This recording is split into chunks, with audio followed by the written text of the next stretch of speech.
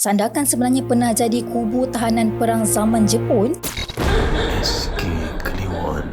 Mungkin ramai yang tak tahu yang sebenarnya Sandakan pernah jadi kem tahanan yang paling besar di Borneo Utara masa Perang Dunia Kedua, iaitu pada zaman Jepun berjaya menawan Sabah lah, yang mana hampir 2,500 tahanan perang daripada Australia dan juga British ditempatkan di sini, yang majoritinya ialah askar. Pada asalnya tahanan ini ditempatkan di Singapura, tapi disebabkan Jepun nak jadikan Sandakan ini sebagai tempat isi minyak kapal terbang, jadi Jepun bawa masuk tahanan ini ke Sandakan, jadikan sebagai buruh paksa untuk buat landasan kapal terbang. Kalau nak cakap pasal makan, pakai memang tak cukup dekat sini, sampaikan katanya tahanan dekat sini ada yang kurus kering, ada yang terkorban, ada yang mengidap pelbagai penyakit macam malaria. Sehinggalah pada tahun 1945 ada satu kejadian besar jadi sehinggakan ia digelar sebagai Sandakan Death March. Jepun dikatakan nak lari daripada musuh lah, jadi dibawa tahanan ini, dia paksa tahanan-tahanan ni jalan kaki